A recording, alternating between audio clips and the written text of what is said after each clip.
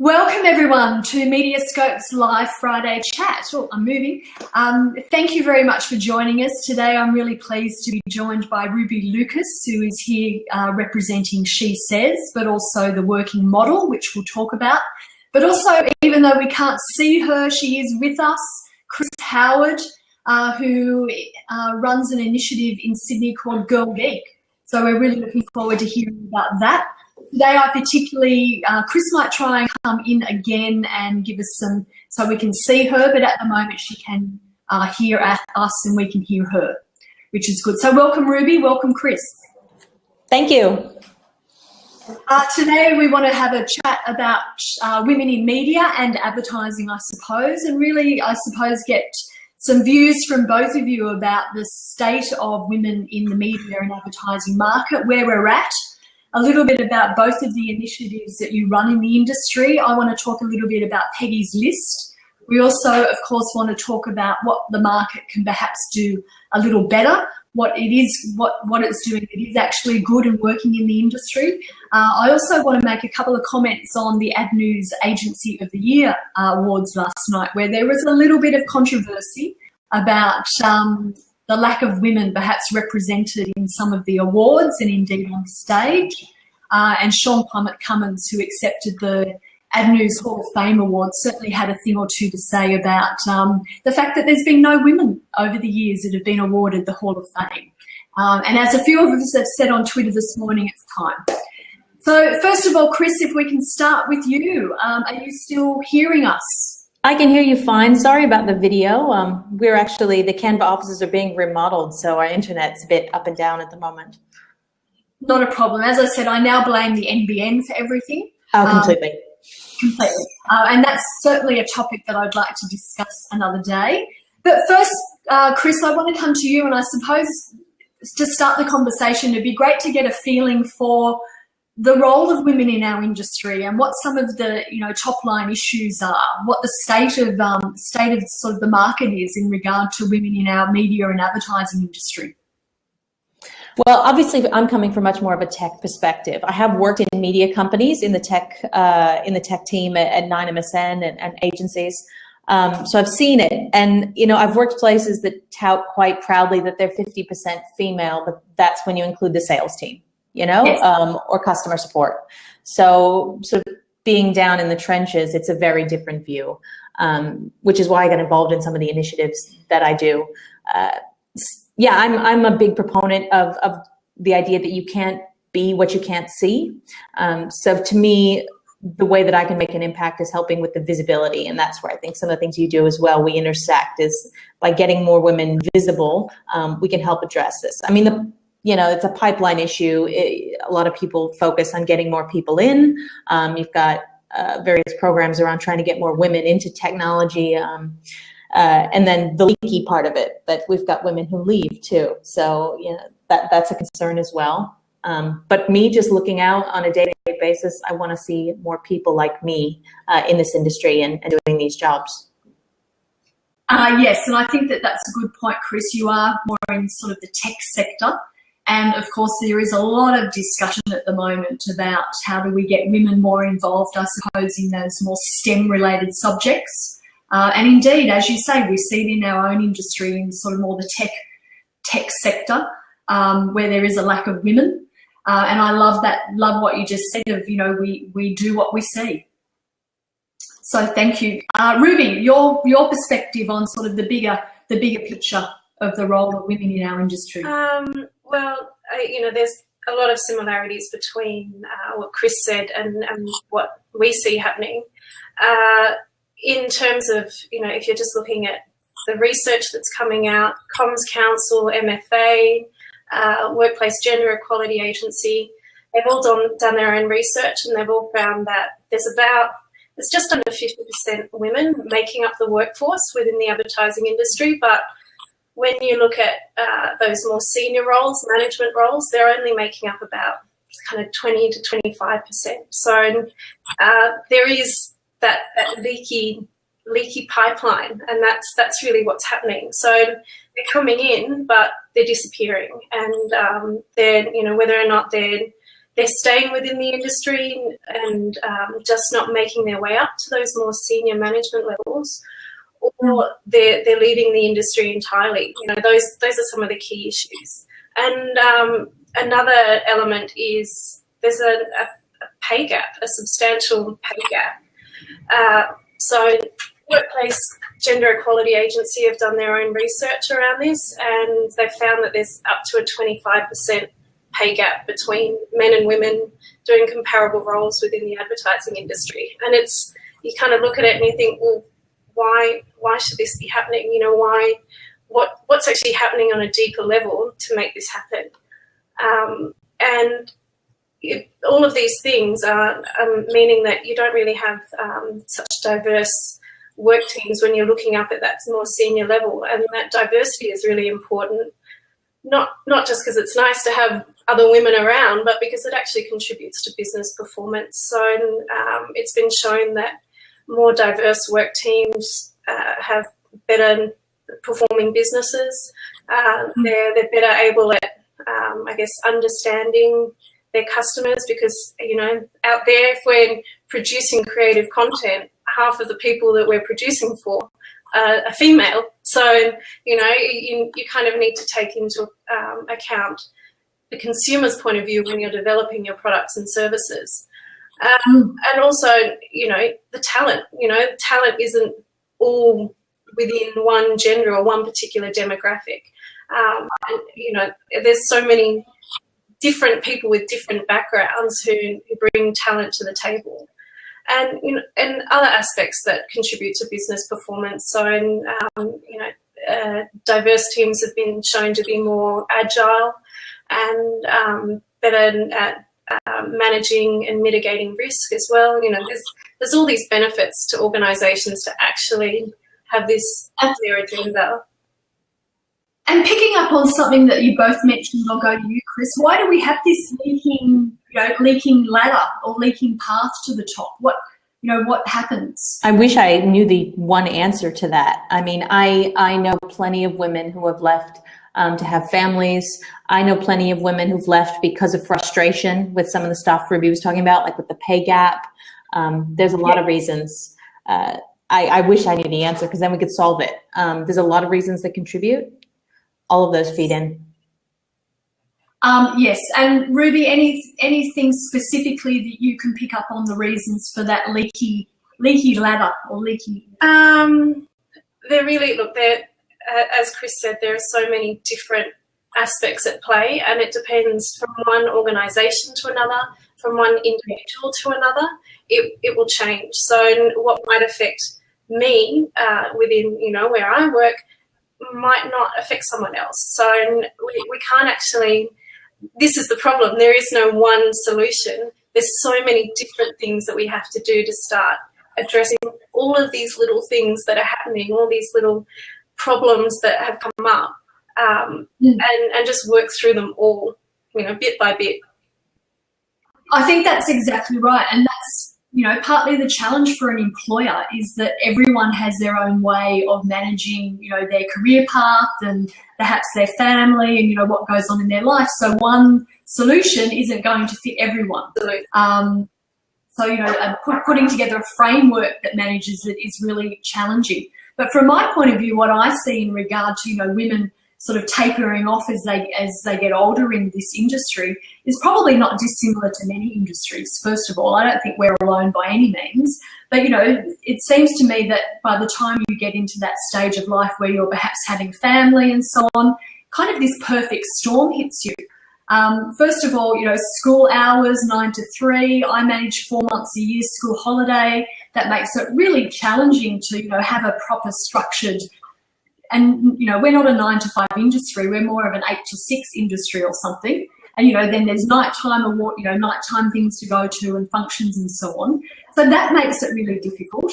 I think our industry has got better in terms of offering more flexible arrangements. But I do still often hear that, yes, I work 3 or 4 days a week. Really, I'm paid for 3 or 4 days a week. Really, I work 5. Yep.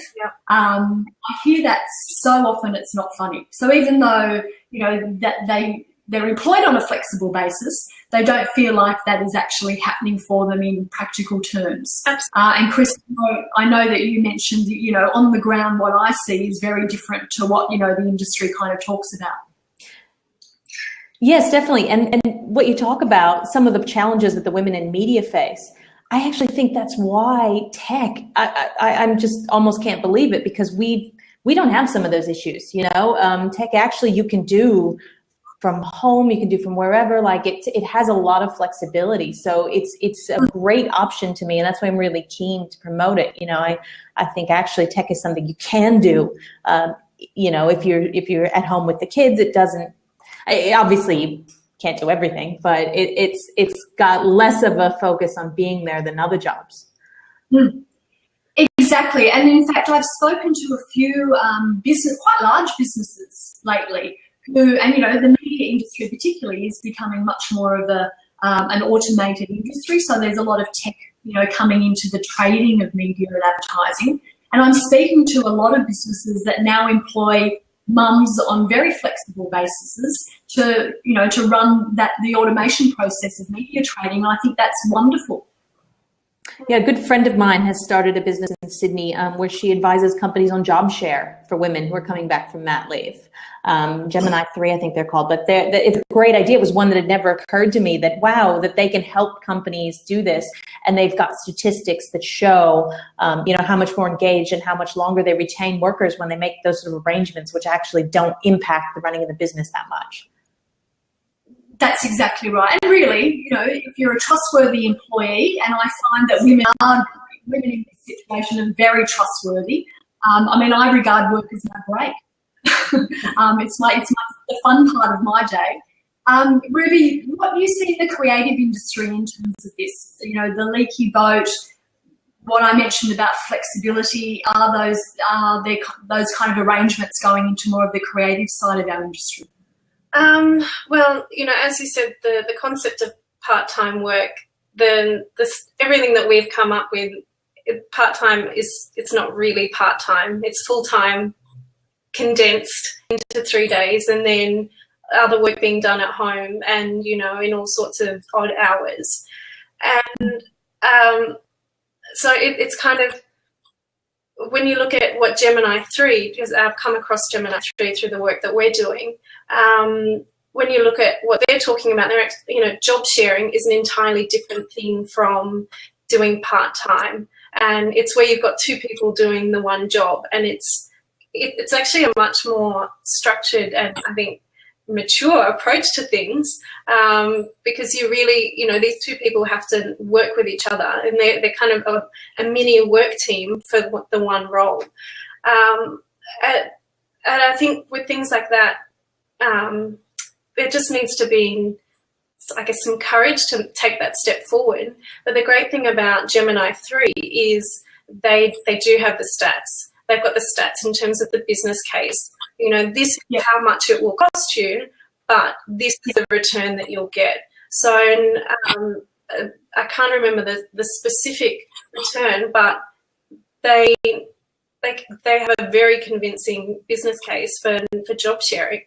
And, you know, other aspects, I mean, one of the big things that we came across was people were saying sometimes you're there to be there. You're not necessarily contributing anything valuable, but you need to be seen that you're actually contributing at all.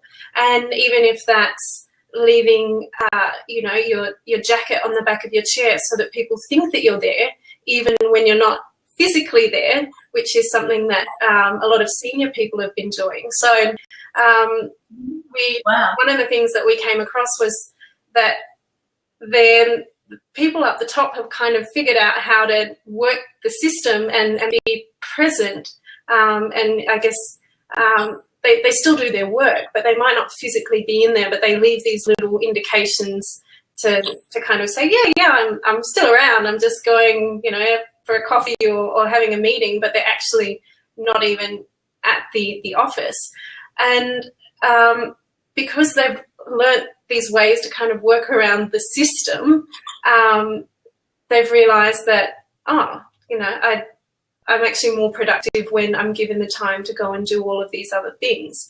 But the problem is that's not filtering down the structure. So the people at the bottom are thinking, well, how do they do it? How do they balance going out and doing all of these things and being there for their families and picking up their kids, or, if their child's sick, or not even children, it's all sorts of aspects of, what we as human beings have outside of our work life. People aren't seeing up the top how other people are doing it. And so they kind of look up and they think, well, how am I going to do that? I'm not seeing any role modeling.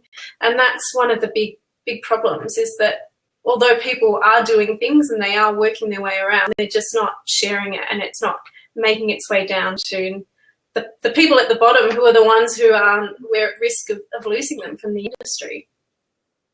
Absolutely. I think that's a really good point. And there's a tip for everyone: leave your jacket on your chair. Maybe a coffee cup with half empty, half drunk coffee or something to make you look like you're there. That's good, Ruby. We can all use that one, I think. Perhaps let's now move on to, and I'll go to you first, Kris, and tell us about GirlGeek. What it's about, who's involved, how you meet, and your various initiatives and forward plans. So GirlGeek Sydney is just a chapter in a larger initiative, which was originally GirlGeek Dinners. It was, and I believe it started in the UK in the 2000s. I came along to my first one in Sydney in 2009. It was at Google. And I got involved. I put up my hand to do a few talks, and gradually started volunteering more. And so now I'm one of the organizers. So I'm the sole person. There's several of us who contribute to make GirlGeeks. But we've been doing, it was originally one event a month, but this is such a hot topic in the industry right now that we are we've got sponsors coming out of the woodwork saying we want to host an event. We want to do something to champion diversity. We want to show our workforce that we take this seriously. So we're now up to about 2 events a month, I think, at least. So we've got, for example, just coming up on March 8th, we're doing an event at AWS. Which is quite Amazon Web Services, so quite heavily focused about the cloud and a bit more sort of technical on that one. We're doing an event at Tiger Spike on March 22nd. And then the other big thing looming on the horizon, which we've done the last few years, is an all-female hackathon. Hackathons are sort of very popular. You hear about them in the media. We've done one now this will be the 3rd year for She Hacks, we call it. And so it takes place over 24 hours.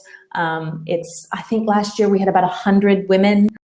We get some tech mentors to come along, and they've come up with some really amazing things. We get great sponsors to do prizes. So if anyone's interested in sponsoring, we're putting that on. So there's a group of us who run it. Atlassian has been a really big sponsor. Atlassian hosts an event every other month. They've been great, but we're just seeing so many businesses around Sydney get involved. As an offshoot of GirlGeek Sydney, because we tend to be a bit more, the geek umbrella is quite big, and we're a big family, so we encompass librarians and designers and technical people and product managers, all of those, versus Women Who Code, which is sort of our sister group a little bit, separate but related, and they're a bit more on the hands-on coding side of things. So they've got an event coming up to learn all about Bitcoin, so we're focusing on education, but also a big part of it is just finding your community, of feeling you fit in, of finding mentors, like Ruby said. So many of us don't see people we can aspire to be. So some of us who are in the industry have a little bit of a responsibility to be those people, and so this is one of the ways we can do that. And so those are the 2 groups that I'm most involved with, but there's lots of stuff going on. I could go on and on. It's Kris, and it's the way that you and I met was really through SheSays first of all, but yes, I soon realised that there were lots of groups around. We're all after the same thing in slightly different sectors of our broader, I suppose, marketing, advertising, media, digital tech business or umbrella. I think it's wonderful. Everyone's after the same thing. We're all swimming down the river in the same way. And it's great that we're now collaborating more and more and finding each other more and more. Yeah, I found SheSays a year or 2 ago and went along to an event and realized wow, it's like you go through the looking glass. There's a whole other group who are doing the same sort of things in a parallel industry. We should totally be closer aligned, you know? That's exactly right. Ruby, let's go to SheSays. And I know as an offshoot of SheSays, you also manage something called the working model. So really be good to get an insight into the initiatives surrounding SheSays. That again is quite a large international movement that you run I think the Sydney chapter. Yeah. And the working model, again, an offshoot of that. And there's recently been a survey that you've promoted. So I want to get some insights on that, but also just some information about the groups that you're involved in. Okay, so yeah, SheSays, again, part of a global network. When I'm part of the Sydney chapter, so it was founded in 2010 by my colleague Yasmin, and since then we've had close to 30 events for men and women in kind of advertising, creative, marketing industry. And I mean, Kris, I listened to you saying an event every month, and now, 2 a month. And I think, God, there's a lot of work in that, because our events, there's a lot that goes into all of them, because we really need to align quite a few different people at once. So we get people who are volunteers to run each of our events. So Yasmin and I are kind of, she's the head honcho, and then I'm her logistical support, and then we kind of manage a team of volunteers to get these events happening. So they have to go out and source speakers, and we help them find a venue and a sponsor. And those event topics cover all sorts of things. They're not necessarily specific to the industry. And so we do have some that are specific to the industry. So our speed mentoring night, which is a huge night where we invite people from the industry who are men and women who are quite senior, and we invite them to be mentors for one night. And it's kind of like the premise of speed dating, but speed mentoring. We invite people from the industry, whether they're new into the industry, trying to break into the industry, or they're trying to make some sort of shift. And we invite them to come and have an opportunity to connect with these mentors for 7 minutes and see what kind of pearls of wisdom they can get out of them. And then if they follow up with them, and whatever happens. But we're really about kind of facilitating that initial conversation and giving them an opportunity. But then we offer other things that are a bit more general, so negotiation skills, networking. We had an amazing event last year which was about facing your fear and just moving through it anyway. So then I guess the issues that as we kind of talk to other people, other women within our industry, they're the issues that seem to be coming up time and time again, that they're actually some of the things that are contributing further along the line to women not getting through. So we're not just pulling them out of thin air. They're really designed to address these key issues so that we can actually achieve this ultimate goal of seeing more women up the top. And maybe not even up the top, just, celebrating their careers in the middle stage.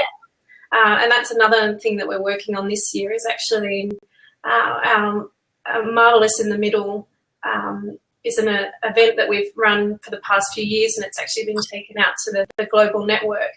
And that previously had just been women speaking about, not just been, it had been women speaking about, how they got to this midpoint in their career and celebrating the achievements that they had.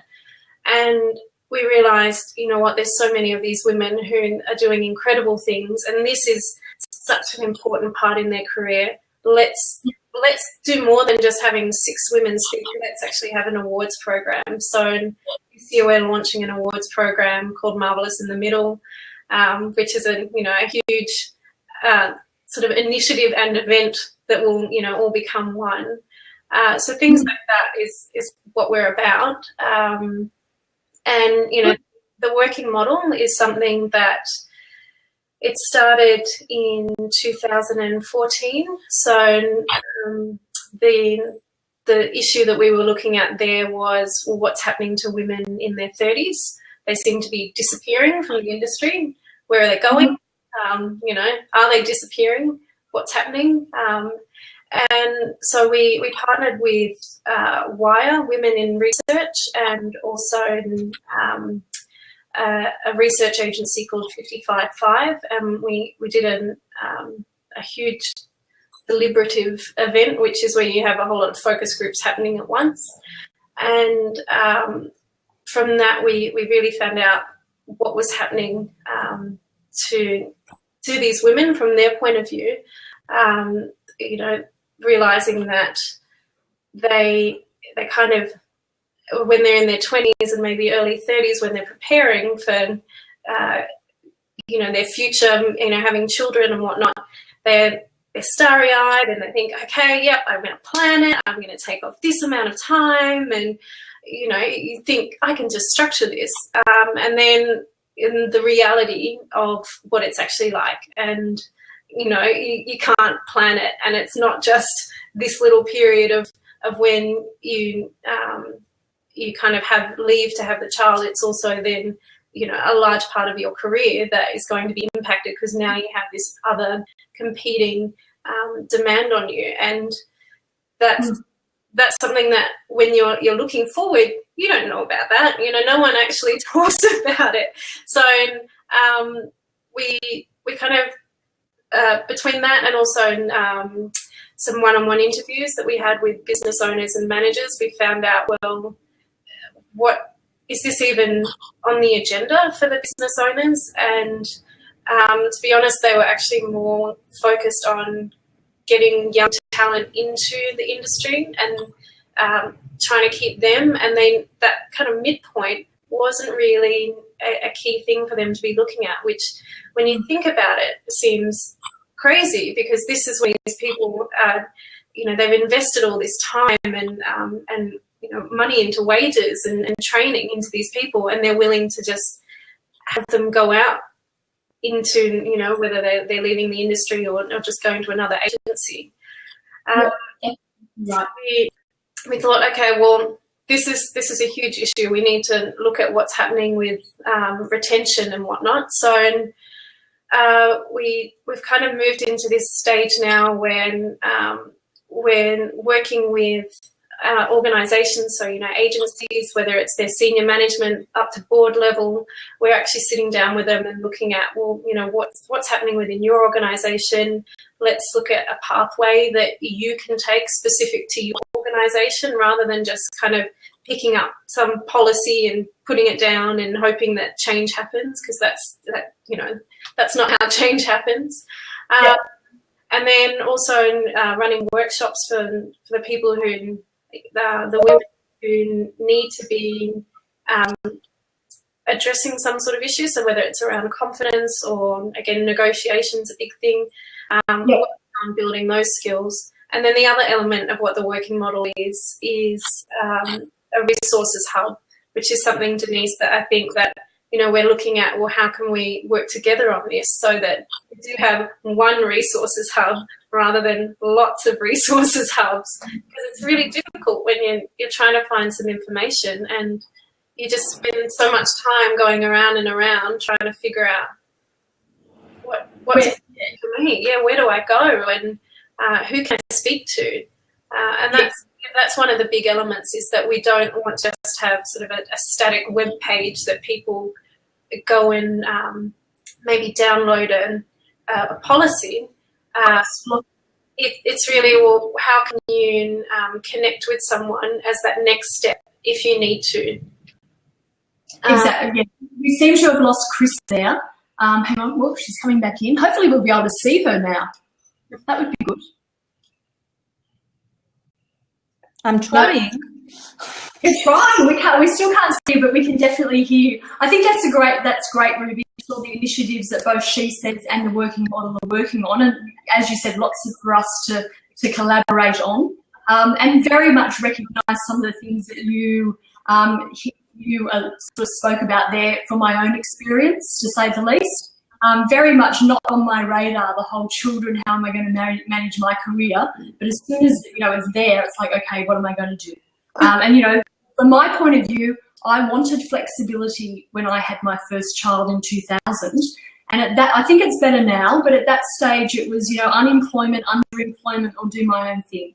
And, MediaScope is a testament to the fact that I just couldn't get a good, flexible role in the industry that recognised my experience and, my knowledge and where I wanted to kind of be. I just also wanted to quickly touch on Peggy's List. I know Kris and Ruby are both members of Peggy's List. Thank you so much. I was also really pleased when Umbrella were talking about possible Google MD replacements this week. A lot of the Peggy's List members were mentioned there. But Peggy's List really came about through quite an active LinkedIn group that I host called We Are Women in Media and Advertising. And every time I would put something up on that LinkedIn group that talked about the lack of women speaking at industry events, both here and overseas, it just attracted a really strong reaction from women in the group. So middle of the night, I thought I'll start a list and I'll call it Peggy's List. And really, I kind of put a couple of things in place, launched it, a couple of days after. It really wasn't too much well thought out more than that. And the minute that I mentioned it in the market, it just took off to the point that then I thought, oh my God, what am I going to do with this? Anyway, so it's progressed. Now it has over 150 women in it. So women who are available to speak at our industry events and even comment on trade media articles. And I, especially now that we're moving more and more into event season, I'm getting asked a lot of questions by a lot of people who, make decisions about who's going to be on their stages. So I'm just so thrilled that, a small intentional step, which was Peggy's List, has had some kind of impact in the industry and has even just slightly changed the mindset, in conjunction with the great initiatives, Kris, that you're doing, and of course, Ruby, you and Yaz. So first, I just want to move on to now also what you see in the industry that we may be doing well and what we could be doing better to support families from your experiences. Kris, maybe we'll come to you first. Sorry, can you just restate that again? Just want to now move on to where some issues are in the industry, what we could be doing better to support women and families, and if you see anything good that's happening in the industry as well. Let's talk about some possible solutions.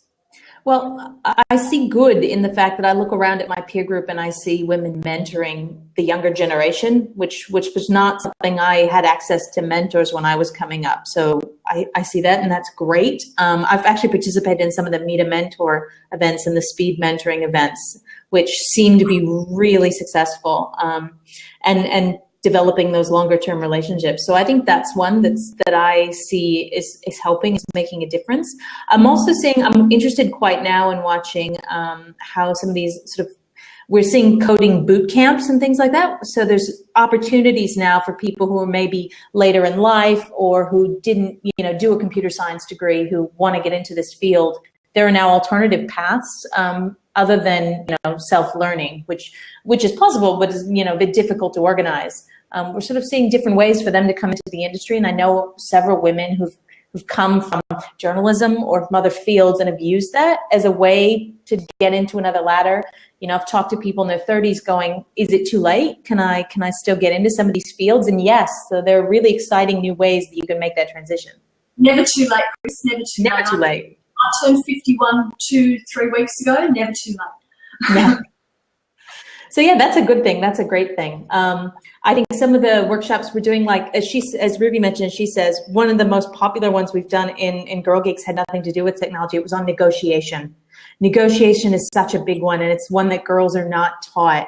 And if anything's going to make a difference with regards to pay gap and stuff like that, that's a really easy lever to pull, and I think it's going to make a more immediate difference in people's lives right now. I think that's a really good point.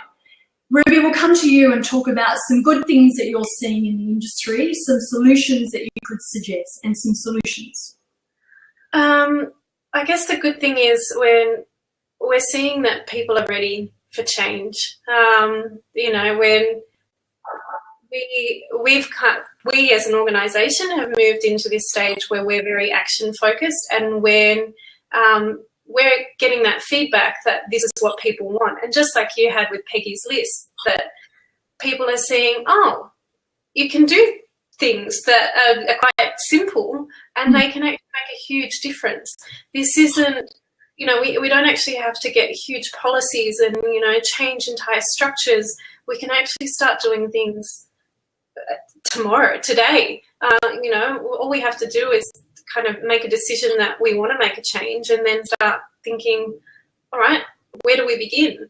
Because I think previously people had been, if they hadn't been aware or they hadn't necessarily acknowledged, they'd maybe been paralysed by just the huge scope of the problem.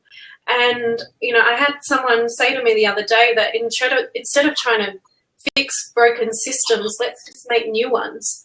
And I think that's kind of what's happening. We're realising that we just give it a go, try something else. And if it doesn't work, it doesn't matter. You know, we've tried and we're learning. And this whole process of, I guess it's like a design process, you know, that we're going through in iteration and seeing what does work, you know, for this organisation, for this industry, for this organisation, you know, for this individual.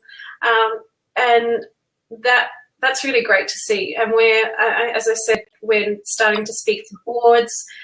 They're really open to finding out what the next step is. And the key to that is there isn't one big solution. We need to just start working on this together and making a commitment, and also have the patience to know that it's going to take a while.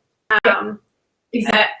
And with that, you know, I guess being empathetic to the situations of all these people who are on the receiving end. So it's one thing that I've kind of noticed has come up is there's been a huge focus on it just being about women who are mothers, but this is a bigger issue than that. You know, we need to really widen our scope and realise that this is about people. Once we start looking at the way that people are valued at work, and, you know, then the way that work kind of, instead of taking up our lives, because, you know, we can now work at any hour of the day from anywhere, we need to kind of regain some of that control to make it work for all of us, because it's very easy to keep on finding work to do to fill the hours so that you look like you're doing the work.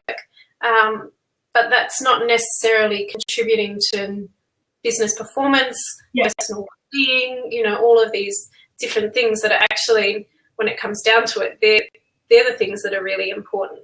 That's exactly right. I had a live chat a few weeks ago with Rachel Lonrigan, who runs the foundation, or is a senior manager at the foundation, one of the media agencies. And they've started something where called the Wellness Leave, where they are forcing their employees to take 3 hours off a month just to do something personal.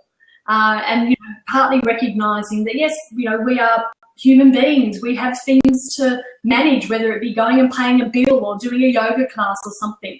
So I promised I would check back in with Rachel to see how that was going. But yes, I am definitely seeing, you know, from my point of view, I'm absolutely seeing this issue being spoken about more and more. It's very much, you know, very much on top of mind of, you know, of the industry. There's lots of groups like ours, you know, kind of popping up. Last night I was very fortunate, and thank you to the IAB for having me on your table last night at the Ad News Agency of the Year Awards. But Sean Cummins, who accepted the Hall of Fame, had a great line and, you know, really called, you know, really said, why hasn't a woman been recognised as a Hall of Fame member yet? And he actually said along the lines of, it's not political incorrectness, it's now become statistical incorrectness. Which I thought was I just thought that man should have a career in advertising. It was a really good line. And certainly, you know, a lot of the Twitter buzz after that really picked up on that point that he raised. And indeed, one of my male contacts on LinkedIn this morning got up and said, it is embarrassing that, you know, this is still happening now. I think it's wonderful also that men seem to be really behind, you know, lifting the diversity in our industry as well. So it does feel like there's things forward.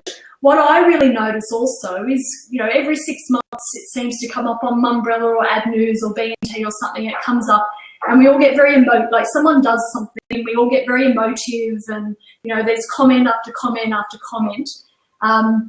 Then they seem to, you know, there seems to be a bit of a buzz about, okay, we need to do something. Often the problem is approached from an emotional point of view, and I really think that it is going to be solved from a business point of view. So I know, Ruby, you and I have spoken about putting more business cases together for employees when they're looking about, you know, getting more of a flexible workforce, because it's not, that decision isn't going to be made on emotional issues, it's going to be made on business issues. Absolutely. So, you know, I think, you know, that's very exciting how it's all going, but more than anything, it's just great to be talking about this. All right, so let's now move on to our media week. So I really want to get, maybe not so much media for you, Kris, my tech week. So really want to get an insight for you. What have you done this week? What's caught your eye? What's been on your radar? And anything sort of mind-blowing happening for you for next week? Kris, we'll go to you first. Well, the really big news, I mean, I work for an amazing female in tech. I work for Melanie Perkins at Canva, and we've just hit 10 million users, which is a really big milestone for us. So the team, we hit it this morning. So the team here, we're all celebrating. So that's a really nice cap to week for us. That is absolutely phenomenal. Just, Kris, give us just a second on Canva. You know, its structure. As you said, you've got a female co-founder. Just tell us a little bit about Canva. Well, Canva is a startup, Australian startup, was founded by Melanie from Western Australia, Cliff Obrecht, and Cameron Adams are our 3 founders. We've got almost 100 employees now, split across our offices in Sydney and Manila. And we're basically aiming to make the best graphic design platform in the world. We've got the amazing Guy Kawasaki, who came on board early as our evangelist, which really helped us get some traction. But yeah, it's really exciting to work for an inspiring woman and see how she negotiates things. You know, I was in a meeting with another female founder recently, and she was talking about getting pregnant and, you know, seeing how VCs and how people in the industry handle that. You know, it's just something that I had never thought about, not being an entrepreneur myself. So it's great to see how female founders negotiate all the pitfalls they have to deal with. But anyway, yeah, it's a very exciting time for us hitting 10 million. That's our big capper for the week. That is really huge, Kris. Congratulations to everyone. You know, like anything like that, it's a huge team effort. So congratulations to you on the team at Canva. You know, a milestone for a great Aussie startup. Ruby, your week this week, anything particularly caught your eye? Anything happened? And next what's on your agenda? Well, this week, I mean, my background is actually management and leadership. So the thing that caught my eye was actually it came from Tim Brown at IDEO, and he's promoting a day of empathy. So this came about from they had an initiative called Shadow a Student, and it was when they were encouraging teachers or, you know, education professionals to shadow a student for a day so that they could really experience what it was like in their shoes to go through, you know, a day as a student. And, you know, empathy is a fundamental part of being able to design something that actually meets some needs. So they've then sort of said, wow, all these teachers have this realization that things are quite difficult for our students. This is something that, in general, you know, maybe managers need to start looking at with their team members and seeing, you know, on the ground level, what's actually happening. And I think anyone who promotes standing in someone else's shoes, at least for a day, to really see what's happening, they'll get a new appreciation of you know, what's really happening and why some things from the top that seem like they're really great initiatives, when they get down to the bottom, no one cares, because that's that's the last thing that you really care about, because, you know, in terms of practicalities, like that thing perhaps doesn't really filter through. So that for me was the biggest thing that I was excited about. And in terms of next week, well, it's International Women's Day next week on Tuesday, and so there are events everywhere. And MNC Saatchi is sort of contacted us to see if we might be able to present to their team, and you know, we'll see what happens.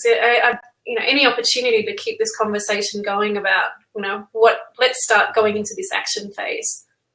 That's exactly right. And yes, you and I have been talking a little bit about the MNC Saatchi Day, so I'm hoping to have some level of involvement too. Busy week for me. I'm a bit tired today. Late night at the Ad News Awards. I left around, I don't know, 11:30. Some people were getting a little messy. I haven't sort of, but no doubt the media industry will have a slight hangover today. But congratulations to everyone who was involved in the awards. Sean Cummins again, Hall of Fame, a really nice guy. Don't, you know, detract from him. But yes, a woman for 2016 Hall of Fame, please. It's well over time. I received some booty this week, which I was quite excited about. So I just wanted to show. I thought I should give them a payback and show the Jetstar magazine just about to launch on Jetstar. That's good. They sent me some flowers, which are there, and they also sent me some donuts, which my children just went completely nutso over. So I was certainly mother of the day, at least, just for a moment. But this week, media reform again on the agenda. That will affect all of us in our industry in some way, shape or form. I think the other media reform, so look, it's legislated, it's still being spoken about, but it certainly hasn't been passed by either the upper or lower house. I keep saying this, but I will completely believe it when I see it. We have had the media ownership reform carrot dangled in front of us as an industry so often. There is absolutely no doubt that it's needed. In what way it's needed, everyone seems to be disagreeing on, but with the government in complete disarray, I will still just believe it when I see it. The other thing that I'm going to increasingly start talking about is the NBN. And speaking of being in each other's shoes, Ruby, on the MediaScope's newsletter today, I actually highlight a video which is based on it's Wi-Fi swap. So a woman in Australia swaps places with a woman in America to experience each other's Wi-Fi. And no doubt, which is really good. I've highlighted in the newsletter today. Again, just speaks to the fact that, you know, we have a big problem looming for our industry and any industry. And, Kris is gone. And that's, you know, that we're not going to move forward because the technical or the digital communications infrastructure that we have won't allow us to do that. I'm going to speak about that a lot more. Don't get me started. I'll start really going off.